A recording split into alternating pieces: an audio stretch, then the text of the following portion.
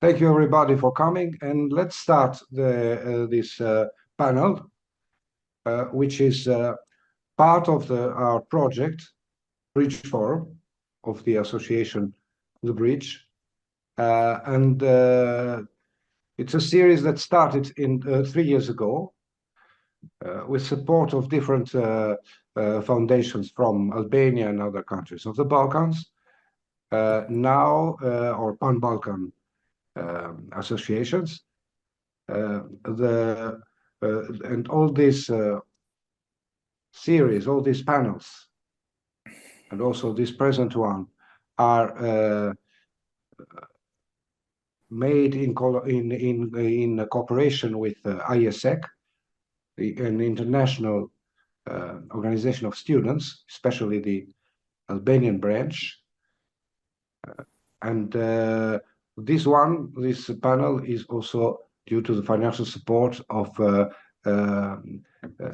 Open Society Foundation. The topic, as you know, is media, new technologies, and youth. I mean technologies of communication. Like the other topics, this one is also something that we suppose it is interesting for young people, which is most of our audience, and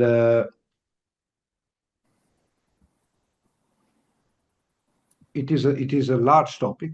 It can be approached from different angles: social, political, cultural, ethical. It has to do also with power. It's not simply something technical. And both our panelists are not, neither of them is technical, is a technician, but they have a large knowledge in humanities and in social sciences. One of them is Arbër Zaimi, who is also politically involved, especially in Kosovo during these last years. And the other one is Edon Qesari, who has also been part of this project in one of our previous panel discussions. So now I give the floor to Arbër Zaimi. And then and then afterwards, after the presentation of both panelists, like always, we will have a question and answer and discussion with the audience. Thank you. So please. Thank you, Bashkem, for the invitation and for the nice words of presentation. Hello, Edon, and hello, everybody. I'm not going to be very long in my discussion. I hope this is a conversation that invites people to think more about this new technology. With it being new, it comes that we still don't know what it will be next, so we don't have the answers. But I hope that at least we can pose some questions which will make us think more. And in a way, posing a good question is almost as good as having a good answer. So now we are in a time where AI is being discussed all over the globe from many points of view and of concern. Of course, it's discussed among states because it's an issue of security. It's an issue of economy. Of course, it's discussed in the public opinion because it's an issue of the media, but it's also an issue of our complex behavioral system and the way it gets manipulated by the AI or by those who want to administrate the community, the population, and so on, which might be private corporation or states. And it's also discussed by the artists, by intellectuals, by citizens in different forums around the world. There are many books, there are many movies now that concern with the AI, and most of these books, these popular movies, are mostly concerned with the possibility of an existential threat to humanity. So the scenario usually goes like this: there is a glitch somewhere, a robot goes berserk, a mutation happens, and AI, which was meant to be a perpetual servant of humanity, takes control. And mostly in the movies or in the books, things go for the worse. But in my discussion, I do not intend to go in that direction. I am afraid that the humanity is already giving a disproportionately large attention to this existential risk. And in the while, we are not talking as much as we could and as much as we should about other challenges that this new technology poses.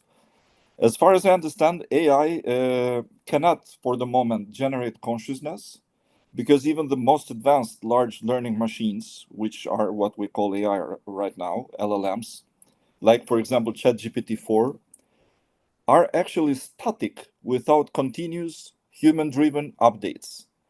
So if we as humans do not produce new data, and if we do not put it on the internet, the large learning machines will go forever and ever through the same material, combining and recombining it, but nothing new will appear. So this capacity of bringing new data, new added value, is for the moment unchallenged and is a monopoly of the human society, the human culture. But I have other worries.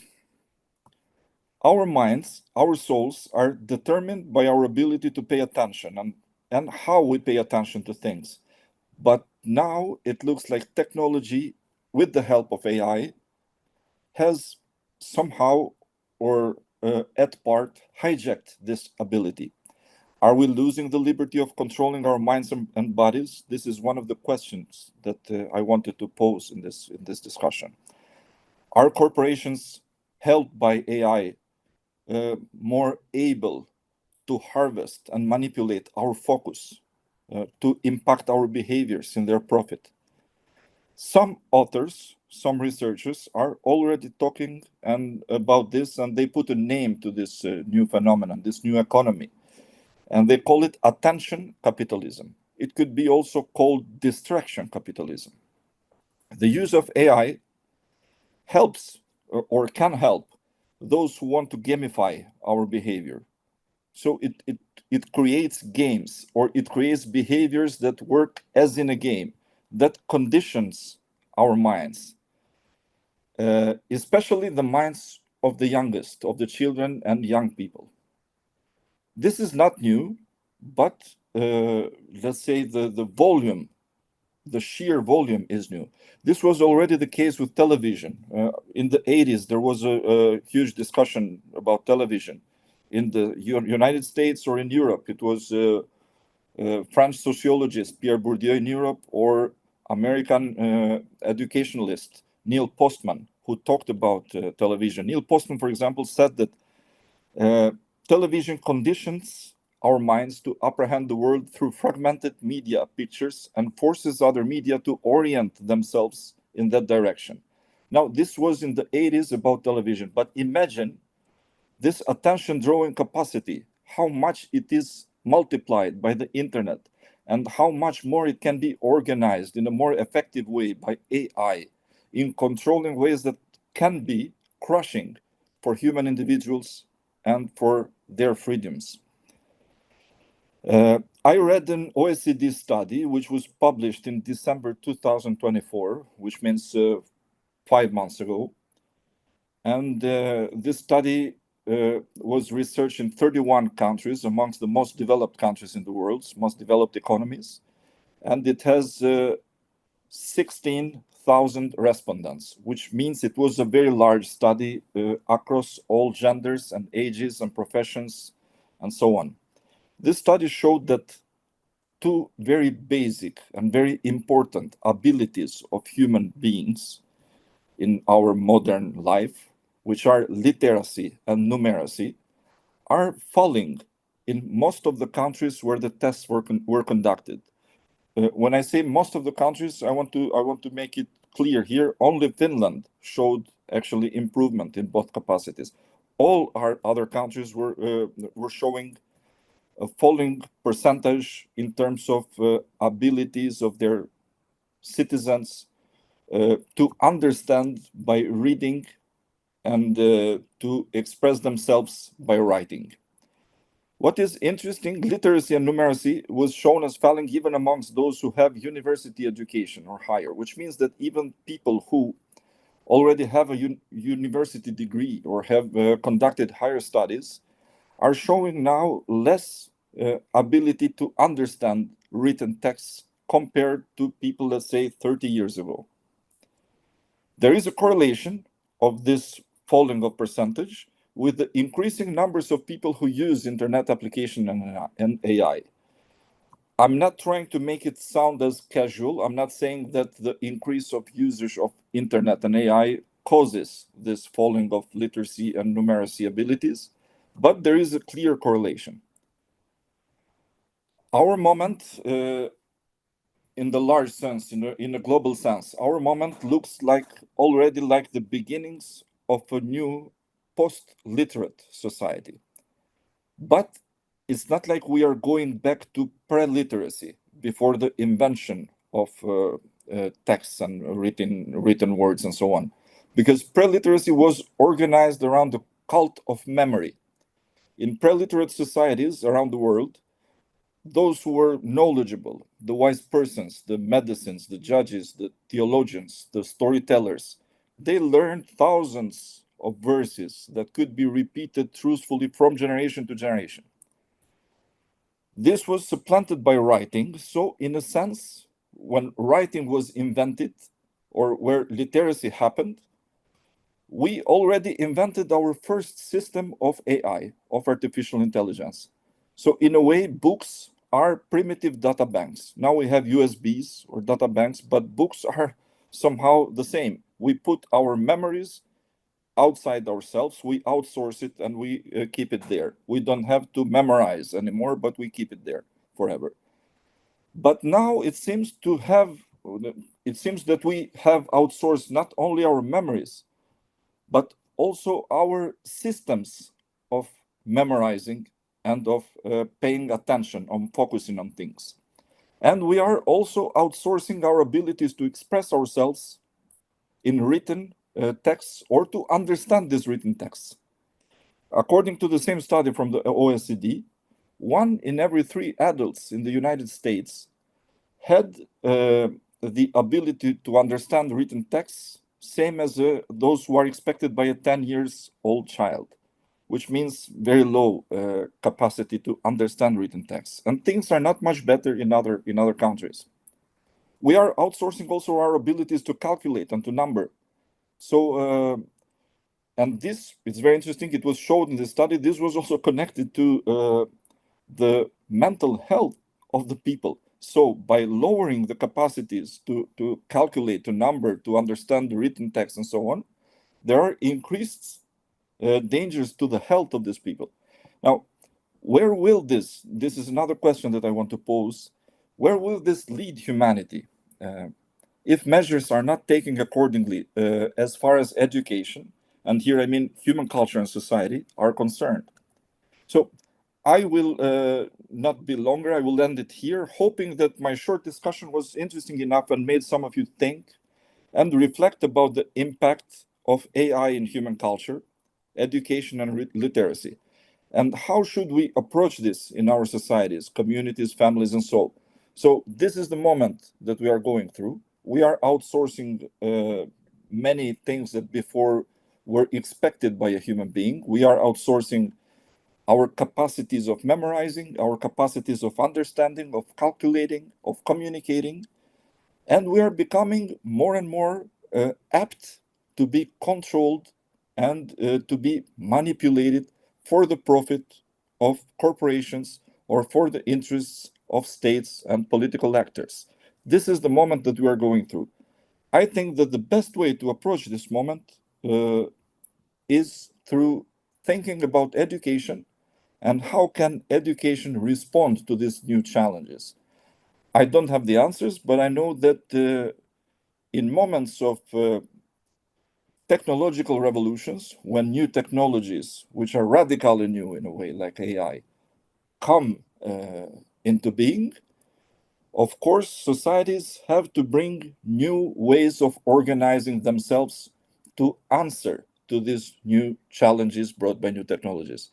Thank you, and we will go on through questions and answers after Edon also brings his contribution to the discussion. Thank you. Thank you, Arbër, for your very dense and interesting presentation. Now, questions, you said, are important. This is also since the beginning of philosophy, since Socrates, that reflection starts with questions. And also your approach was philosophical. What I mostly liked in this is the philosophical dimension of your approach. And and your questions are very exciting. So if you want to put the minds on fire, said I think I don't remember the name, is just put interesting questions. I would also like that you have made some more reflections on your question. Maybe we will come back to these questions afterwards, after the presentation of the other panelists of Edon Qesari. Edon, you have half an hour, please. So the floor is yours. Well, thank you. And one more thing that to remind everybody, so that I don't forget, is that this panel will be also put will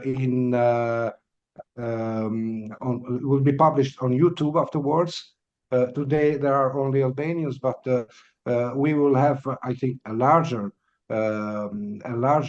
audience by YouTube, and I would ask everybody there that they can then disseminate to people whom they might think that would be interested. So please, Edon. Thank you, Bashkim. Thank you, my friend. Hello, Arbër. It's very good to be here. And for me, especially being here for the second time is tremendously good. Now, without knowing what Arbër was going to say, I should add that without any coordinations, he just gave me some kind of impulses for my speech, which I think will be interesting enough, especially for from my point of view, for my focus. Well, the next minutes of my talk, and I hope it won't annoy anyone, will have on focus issues, or rather observations, that I have made in my last few years as a university lecturer. On one hand, my talk will be much more simpler, much more down to earth than that of Arbër. In a way, my point is simply to talk about young people and their relation to knowledge, since youth with respect to new technologies is the main issue here. But I will talk on an empirical base, on a daily life base. Well, I am a university lecturer, specifically a history lecturer, and as everyone would imagine, my primarily work consists of explaining the past to present listeners. That happens to be my students, okay? Now, nevertheless, this would be a very basic, let me say dull or prosaic clarification of what am I supposed to do every day in a class. But at least if I treat my own job in the way it doesn't deserve to be treated, I should add also another thing. For beyond being a mere explainer, or as I like to call it, a mere history teller that goes beyond the chronological numbering of events, a history lecturer should also try to encourage the students' own curiosity, their own curiosity. in order then to drive them by themselves toward the object of study. This is not to say that my job consists of raising researchers out of my class. It is also that when appears to be so, but when, okay, what I am trying to say is that lecturing is not just narration. It is also education. So by lecturing, I mean, and this is very important, it is also instructing. Teaching in this way, it's also instruction. You know, once on the eve of university life in Europe, during the late Middle Ages, professors were in fact former students who were able enough to absorb the professors' methods of research and explanations.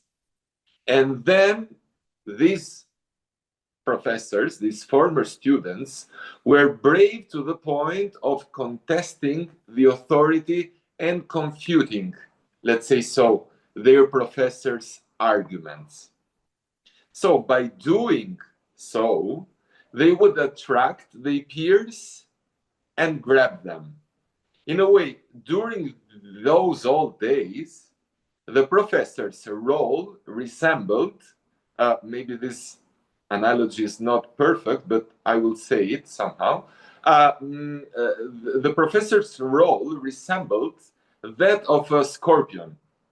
He would mark his own death, to say the end of his own career, by his own hand, by one of his favorite pupils or students or disciples, to whom he had transmitted his knowledge and by far his methods. So as you can see, university life and its dynamics revolve around one key principle, that is the critical approach, okay? Which means that the best professor is the one who encourages contradiction and debate, not the one who, let's say, allows you to sleep with comforting dogmas, okay? So apart from this suicidal origin, lecturing means also to instruct, let's say. Specifically in my field of studies, lecturing means to instruct how to investigate into a given period of the past, be it a remote past or a recent one. It is part of studying history that of not only acquiring knowledges about a specific event or the succeeding of different events, but also that of excavating in these events in order to unearth new interpretation of these events, new meaning of them. You know, lecturing about the past, it is also a matter of a continuous debate with colleagues, but also with one's own convictions. A continuous debate which maybe will end up without a definitive answer, without a godly proven truth. A truth with a big T. But we have to accept this, as I always say, that's why it is called research, with such a meaningful, processing, dynamic, and unending word. And where does this research take place? Where can one temporarily find the answers? Note, I said temporary, temporary answers. For it is the acceptance of the non-existence of definitive answers that gives breadth to research in social sciences. I was saying, where does one found the definitive answers? Certainly not behind the monitor, okay, and certainly not with an instant click. Usually doing research in history means moving.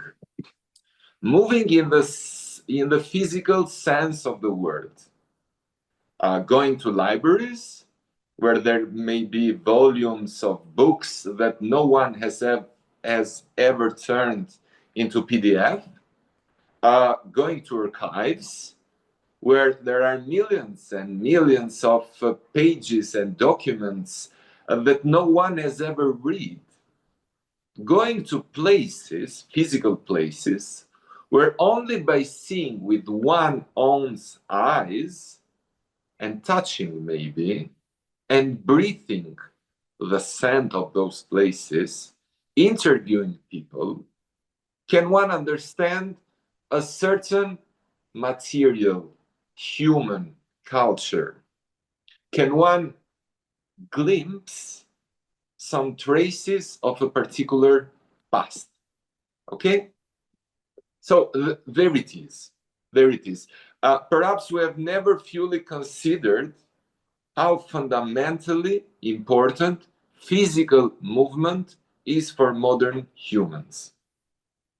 And mind you, I'm talking about the simple act of moving from one place to another, which is the only factor that can stimulate mental movement, mental openness. Moving is a matter of being open-minded. And I honestly believe that the metaphor of the global village, of the possibility of having everything in one's fingertip through a simple screen, of having all possible answers to every question, of being able to do everything without moving. Okay, this metaphor, this explanation, in my opinion, it's a dangerous illusion. Without moving in the most physical sense of the word, without doing this movable research, like the movable feast of Hemingway, we risk a great deal. We risk returning to a distant past before, in the pre-industrialization era, when geography was either impossible or terrifying. We risk returning to a state of closed-mindedness where the elsewhere, where the other with a big O, were feared. This means, in my opinion, to return in an era of immobility. And let me say that fear is the enemy of knowledge. Staying at home, not moving, remaining behind the screen, behind the monitor, asking only this monitor and not taking the risk to go and see, to confront reality. All this defines the very opposite of knowledge. So the first catchword in my talk is immobility.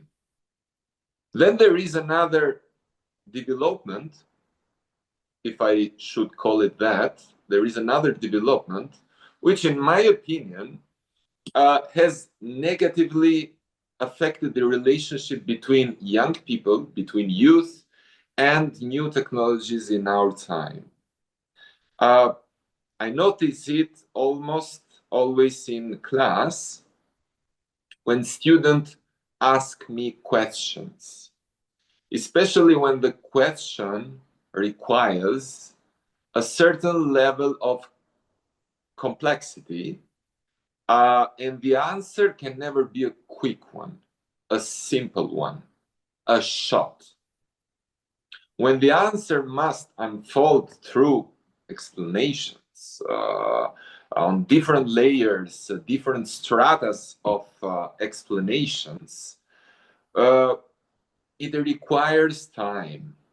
It requires time and can never be given in a calm way.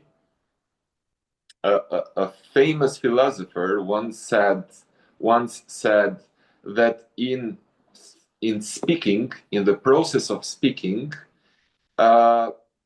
he set thought in motion. So speaking was a way to stimulate thinking. Well, nowadays, I see a strong tendency among my students toward quick answers. They want quick answers, the kind that don't take more time than a few seconds. Answers like TikTok 20-second reels, like an Instagram, even quicker reels. So I don't mean to sound like an old man, of which maybe just a little bit I am, but unfortunately, I've noticed that the new technologies have created the belief that in-depth answers are a waste of time. In short, that detailed responses, complex responses, which in scientific terms maybe are the only meaningful responses, are boring and useless. It's easier to just ask with a click and receive a quick answer, which will most likely be the most populist answer, but not the scientific one. What's worse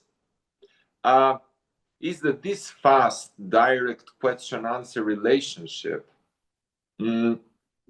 has shifted all the focus into the final result. Let me be clear on that.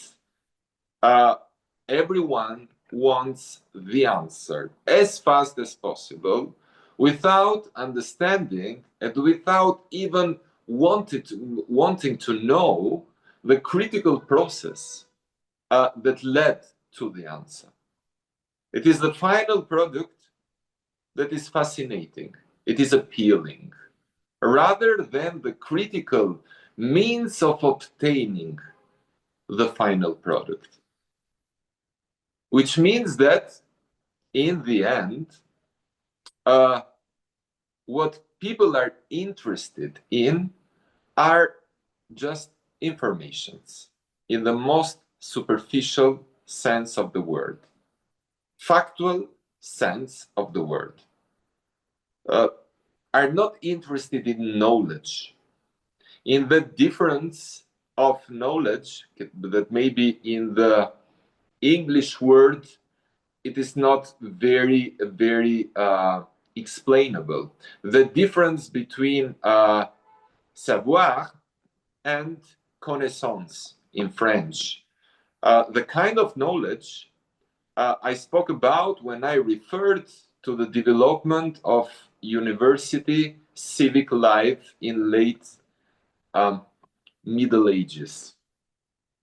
So I've talked about immobility, and now I talk about speed.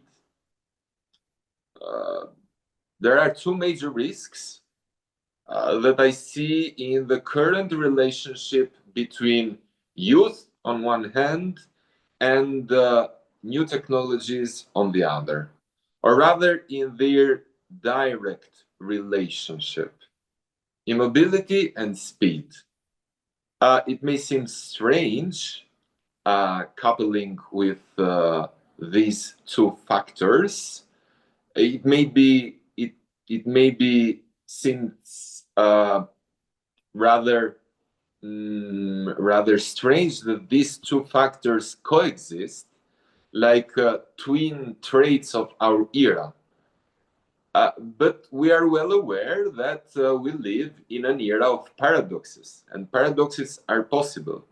And what is more important, paradoxes are not absurdities. Paradoxes are realities. Zeno of Elea in ancient Greece was damn sure about that. And nothing more. I will leave you with this. And I think that, I think that my speech was directly linked to that of Arbër, but just bringing here my everyday life concerns and, as I said, my daily observations. Thank you for your attention. Thank you so much, Edon.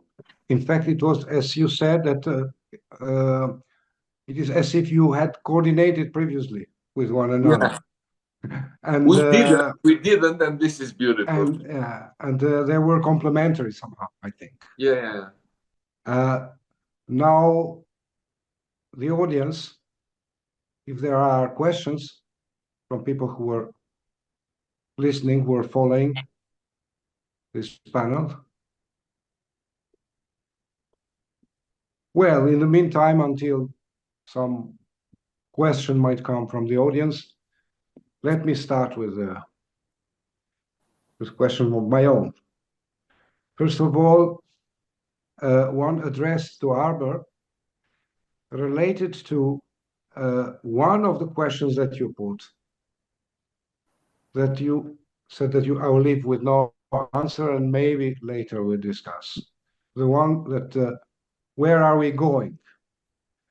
And perhaps to make it more, to see it more concretely, more specifically, what do you think about what is called post-humanism? That the machines will supersede the human beings and will substitute somehow, will be superior to human beings.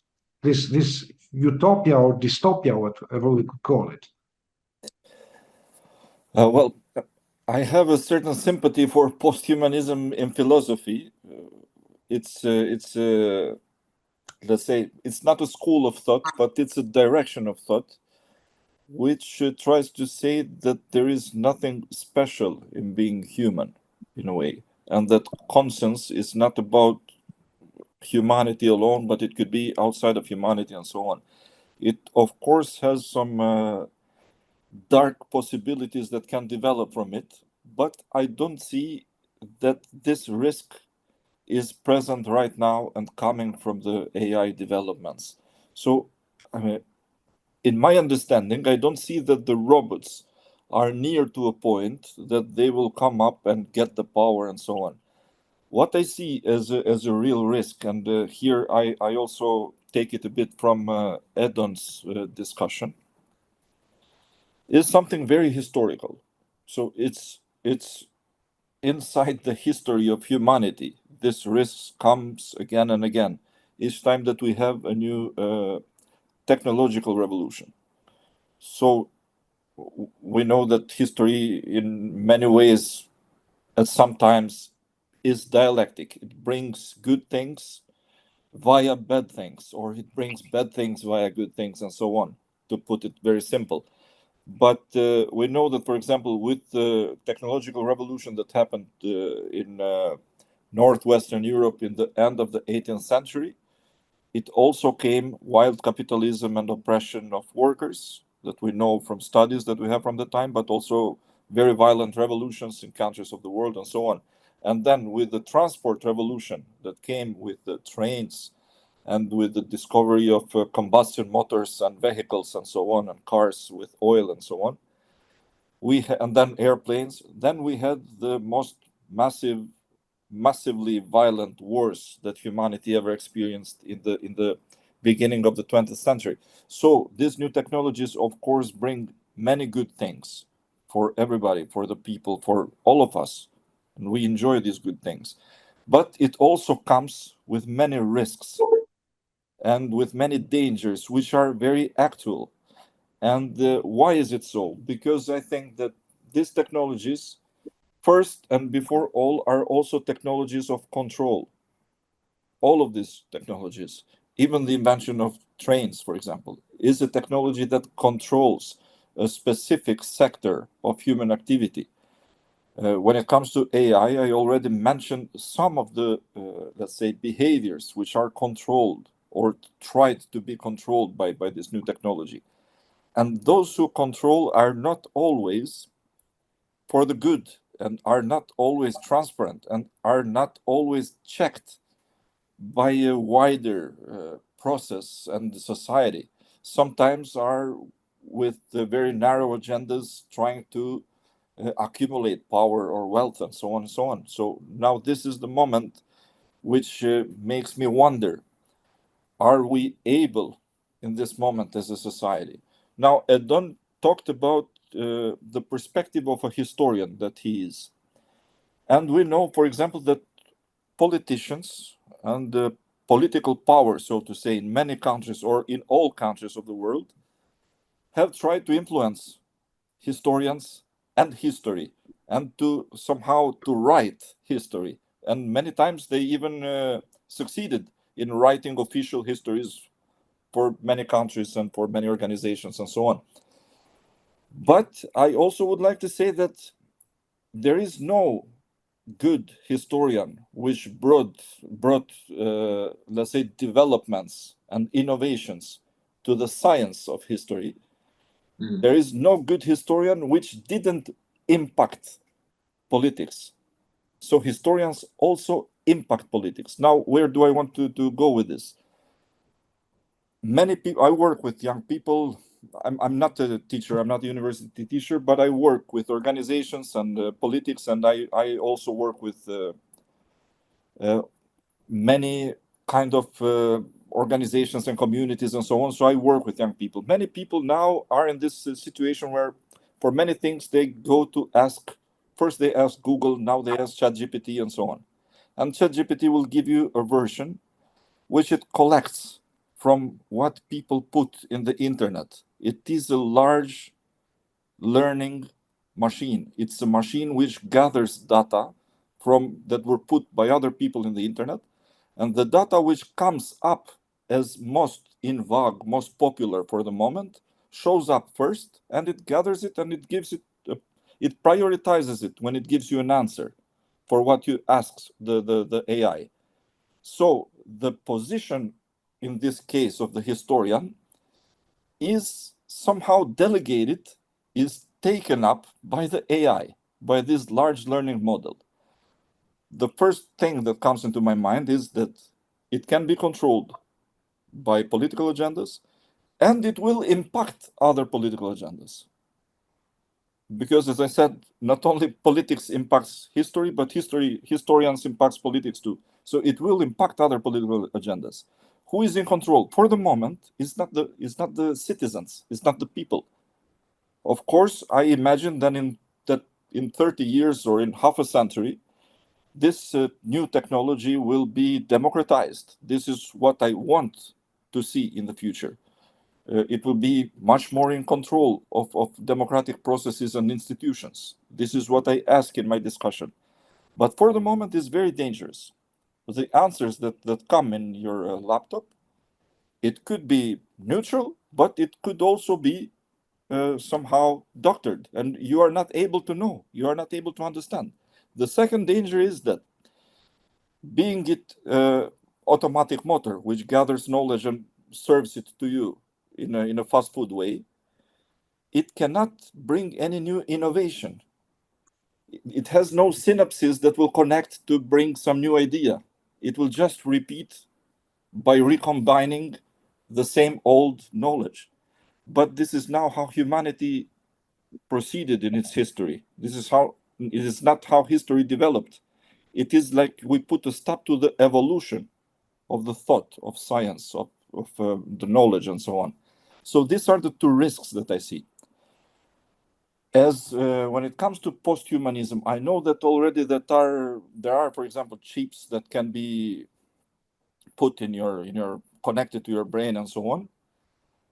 But for the moment, I think that it's still in the beginning. I don't think that this new enhanced, so to say, human beings are very different from the others. Look, we had this before too. You know, there are, for example, very large machines used for building or for weightlifting, like the arm, for example, of an excavator. The arm of an excavator is just an enhanced human arm. It is controlled by a human mind. So glasses, for example, are enhanced human eyes. They are controlled by our brain.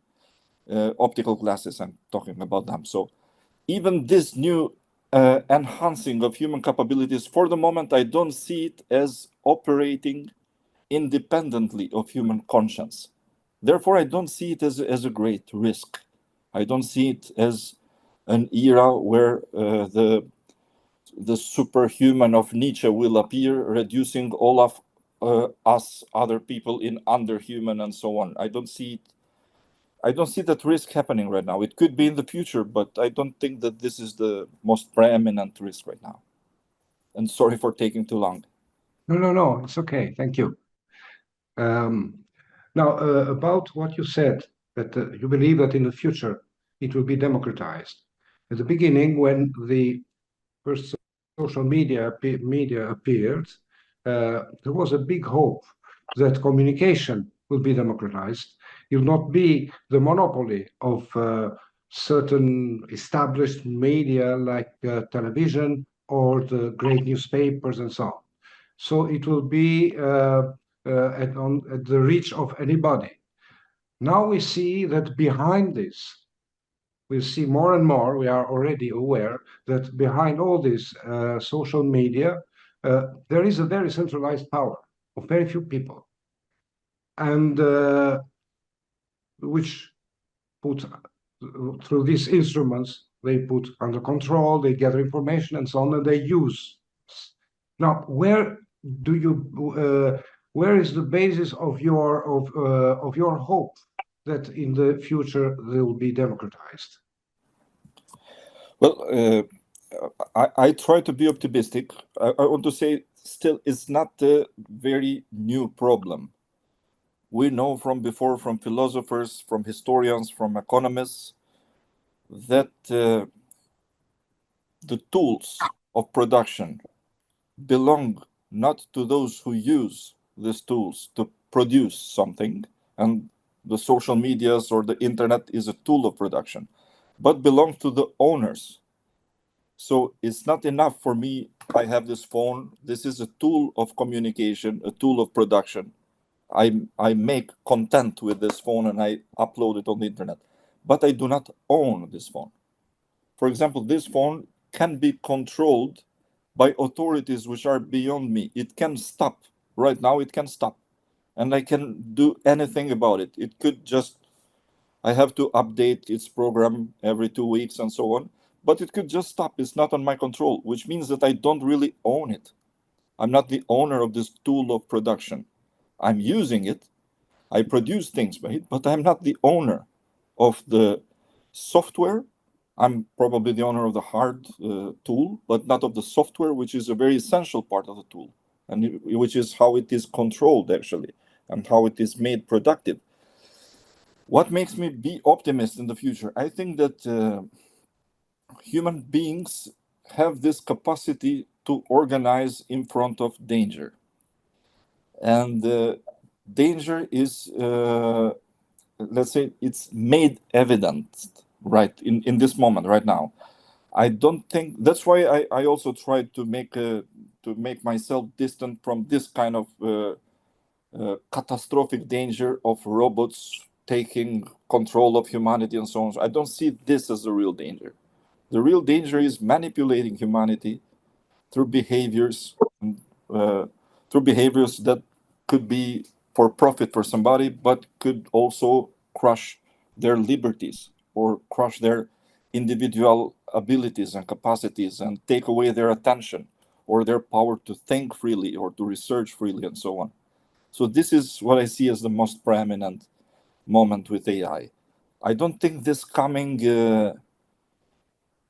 in the future. I think this moment is already here. And Should I think I we will organize. Yeah, Yes, please. Edon, please. Should I add something? No, just to make a simple distinction, and we should be aware of it. Democracy, it is not popularity.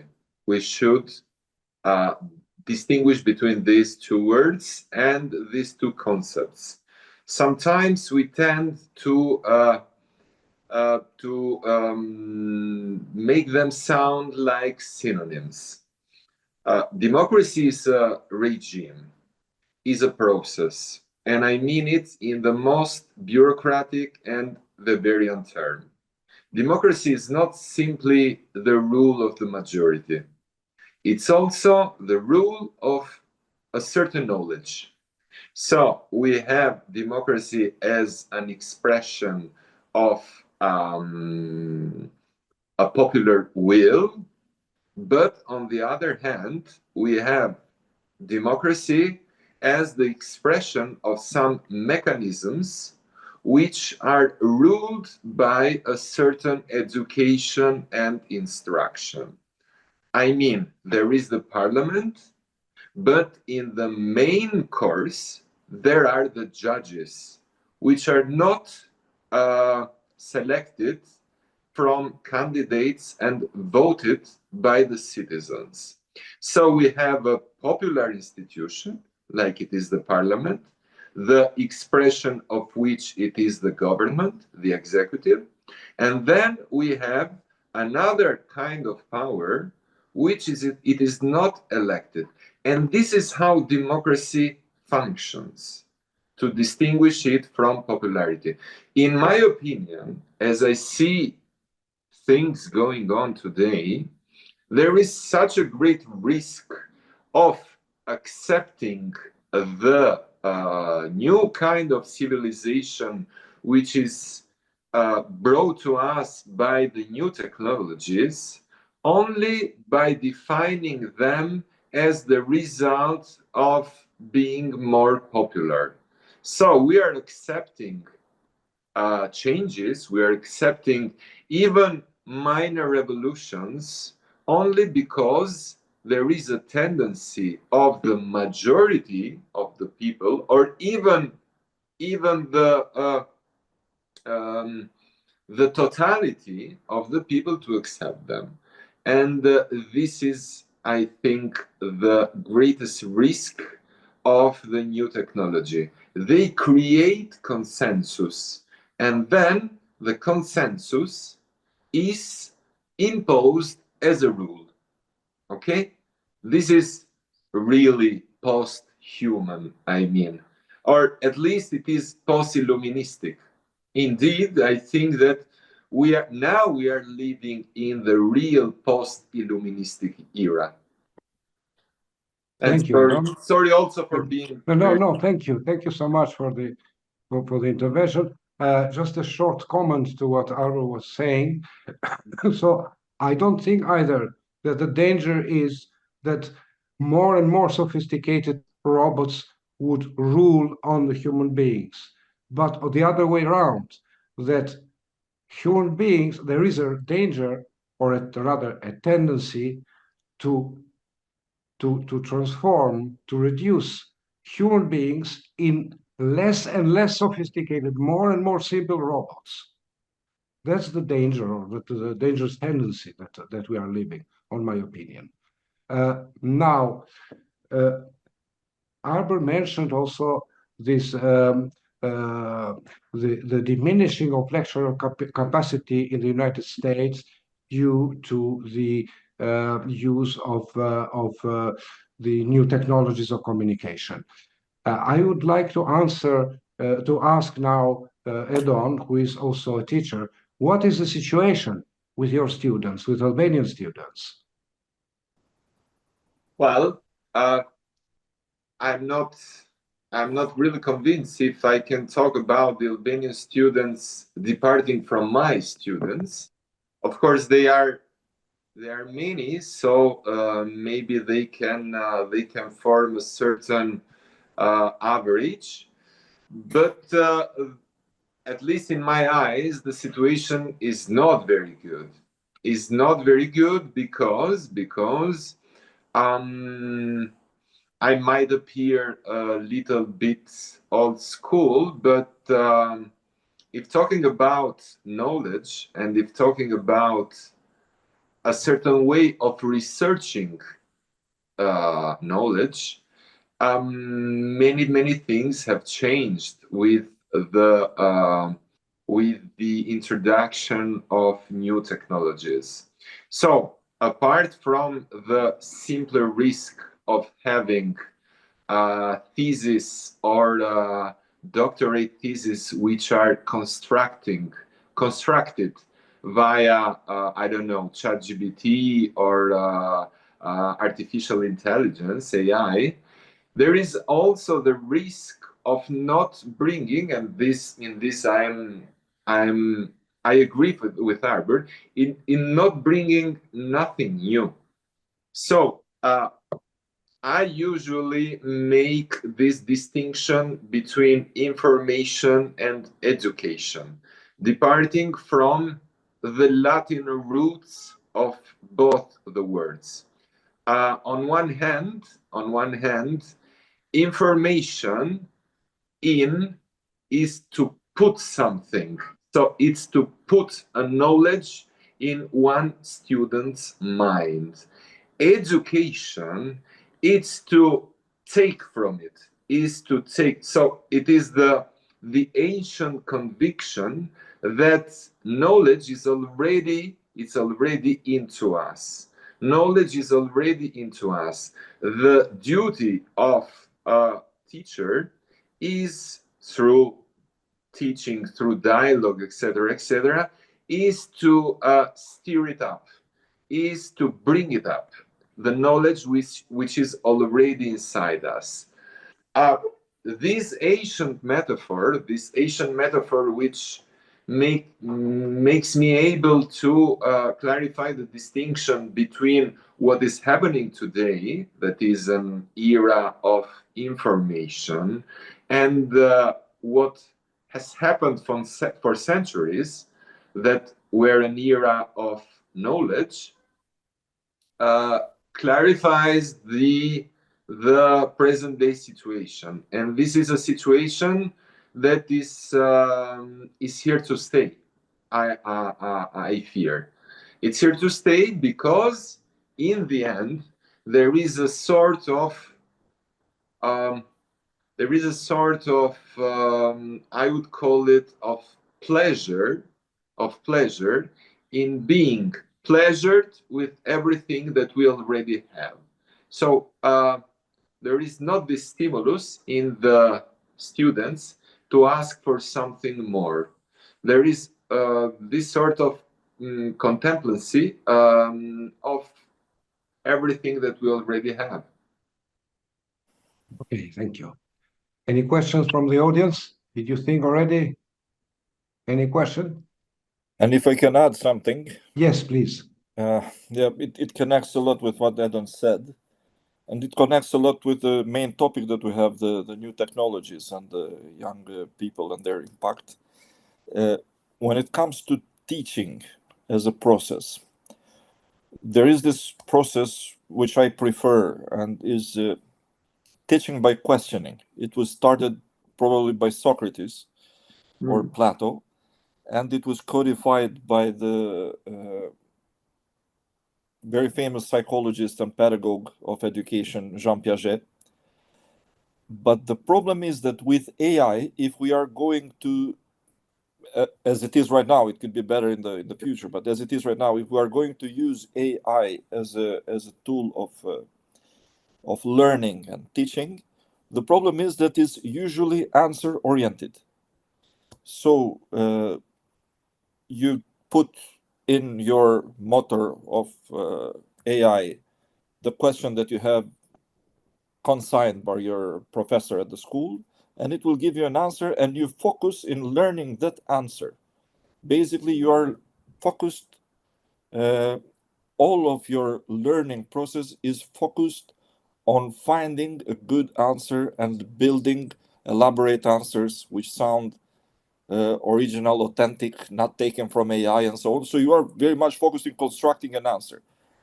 But on the other hand, I think that it's much more important for knowledge to increase, and for the process of education itself, it's much more important to have a mind that can be able to pose good questions, deep questions, elaborate questions, difficult questions, and also contemporary questions in a way.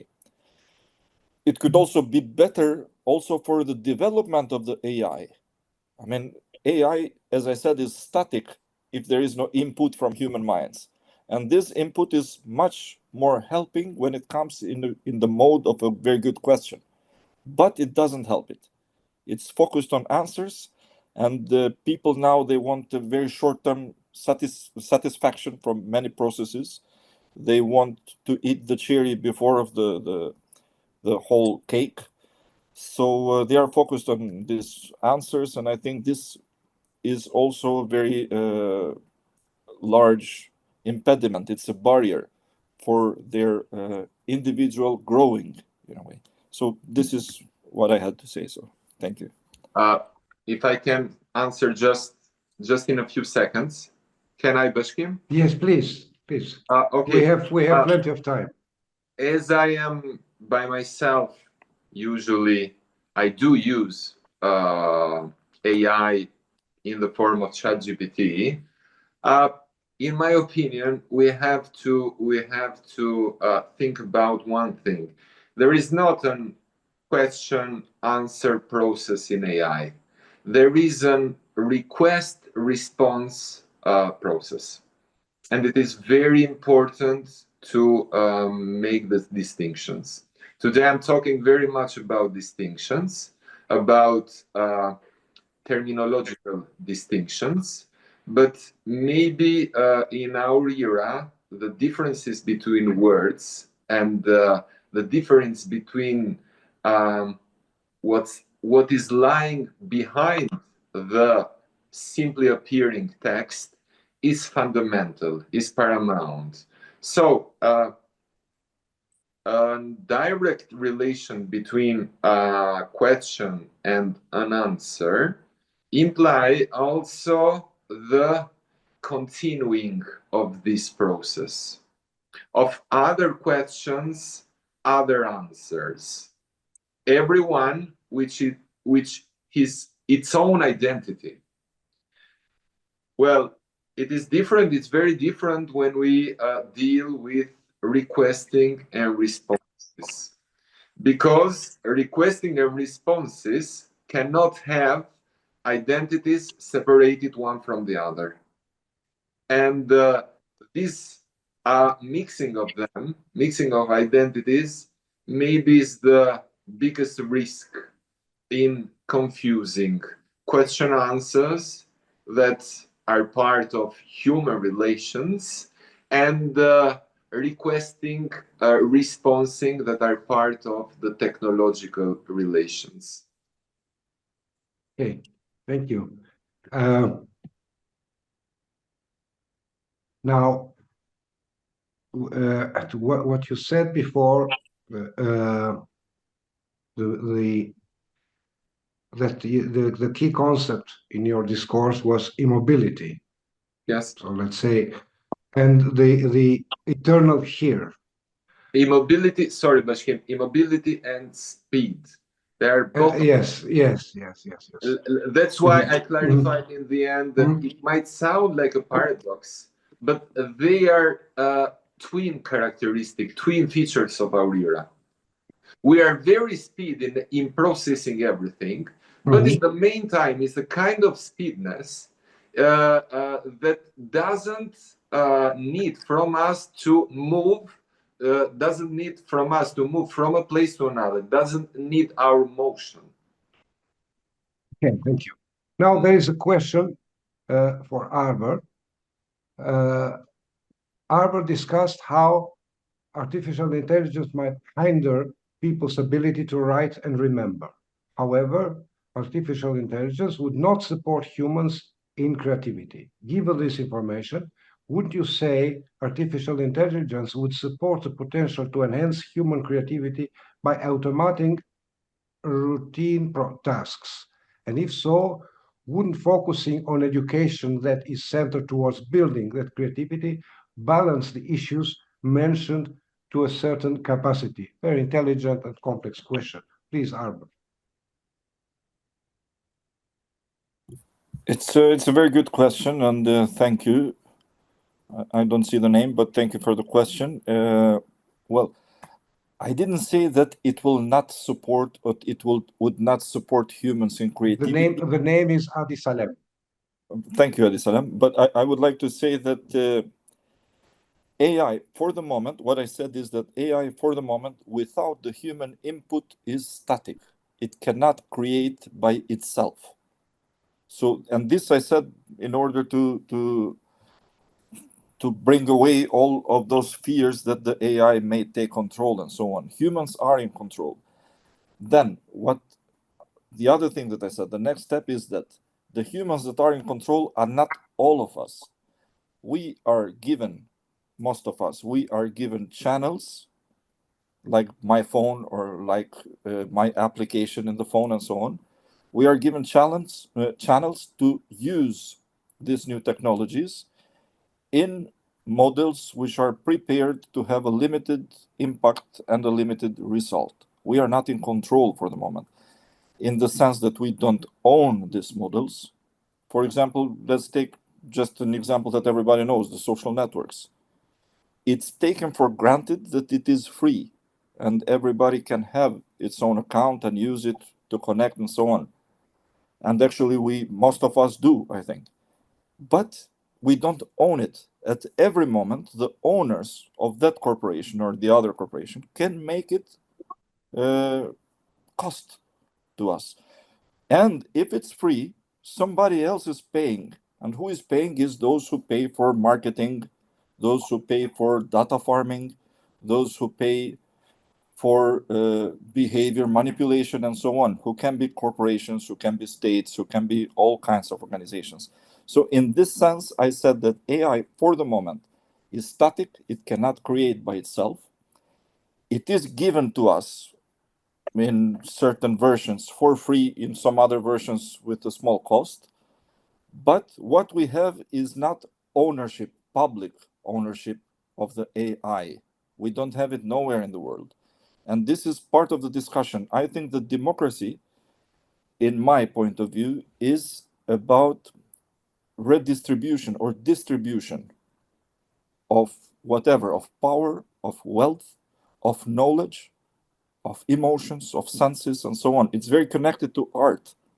Art, for example, is a way to redistribute or to distribute senses, aesthetics. So democracy is very connected, is akin to this, is connected to distribution, to redistribution.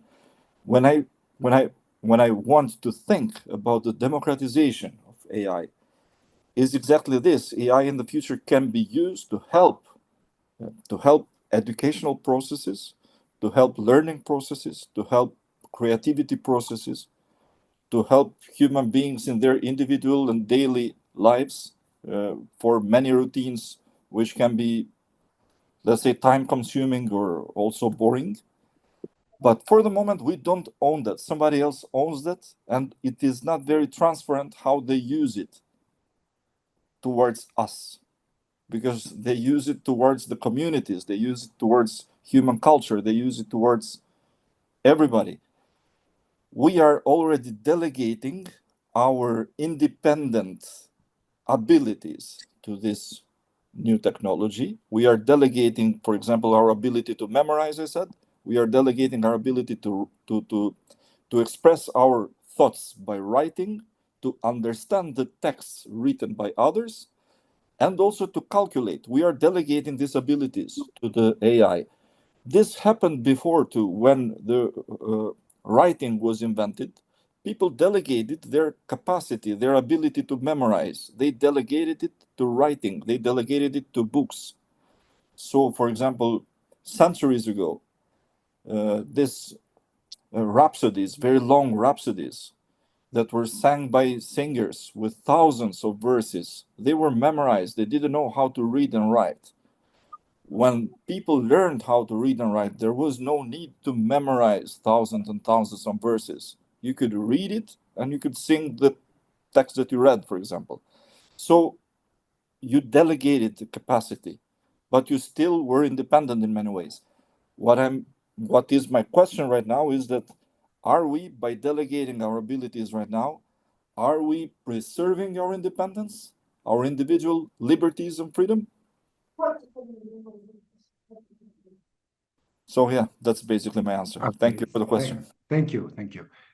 Now, if anyone has a question for Arbër, because he will have to go soon, has to travel, and so not to lose the flight.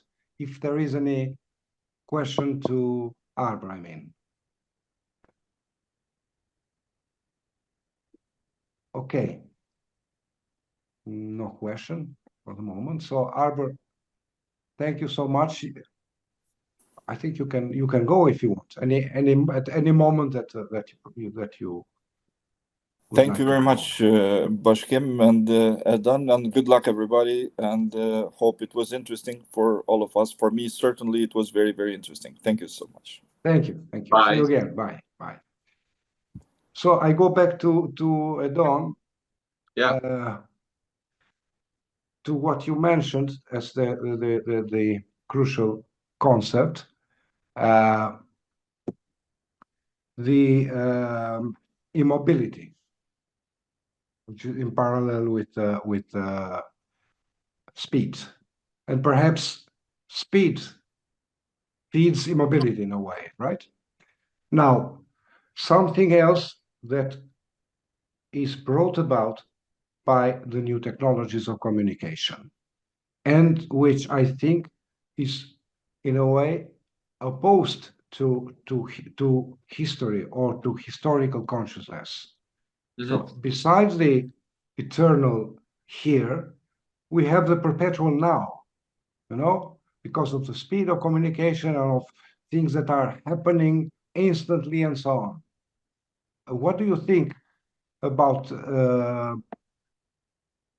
how does it affect the historical consciousness in people and in the education? Well, what does affect the historical consciousness in our age, you mean? So, how does it affect the new technology? Yes, the using intensively and being obsessed by these machines, let's say. Well, And technically, having such big opportunities like internet, like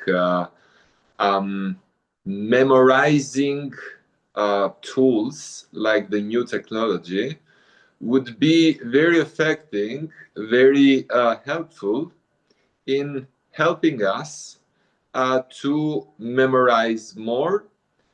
But on the other hand, we have to think even more deeper. Look, memorizing, remembering, it's always a process which implies also the contrary.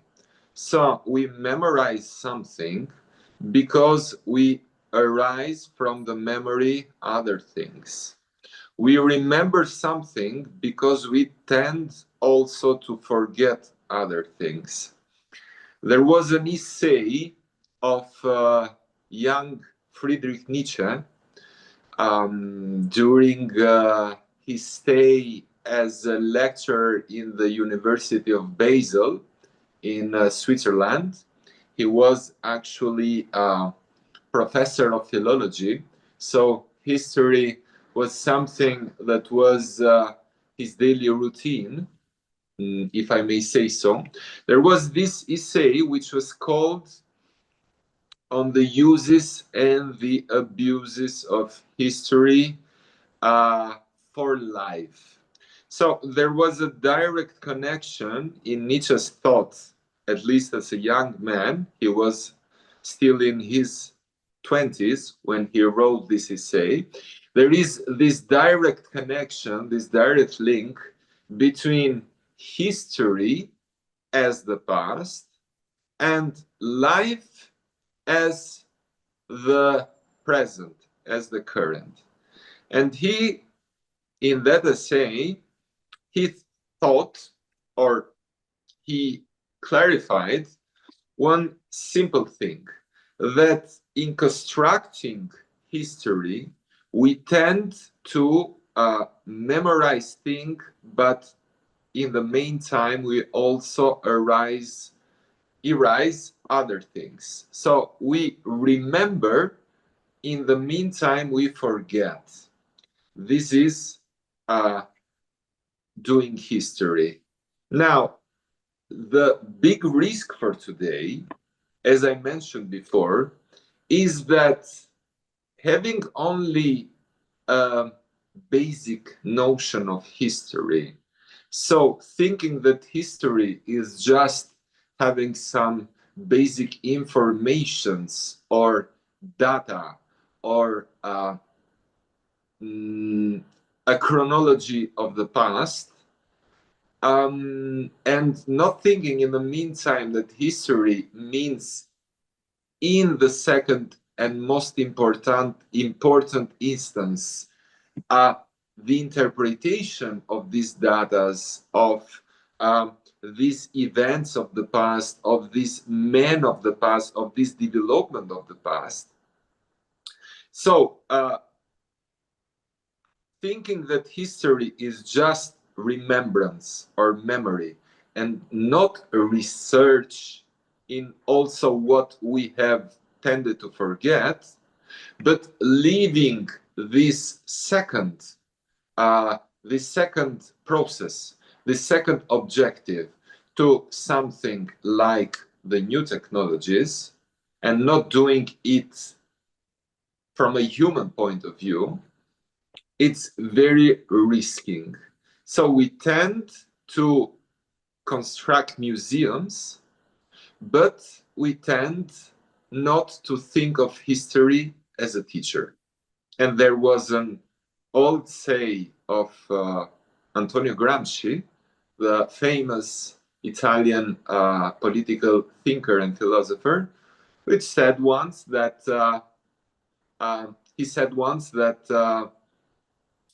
history is a supreme teacher, but has very stupid pupils. Thank you, Edon. Any question for those who are following us? Okay, so let's finish this panel discussion, which I think was very interesting and illuminating. I think it's approaching to very complex questions and with ambiguous outcomes of this new and phenomena, which are very new, and with this change which is somehow accelerated, and which needs a lot of reflection. So thank you again, Edon, and thank you everybody who have been following us. Goodbye. Thank you. Good afternoon. Goodbye. Bye.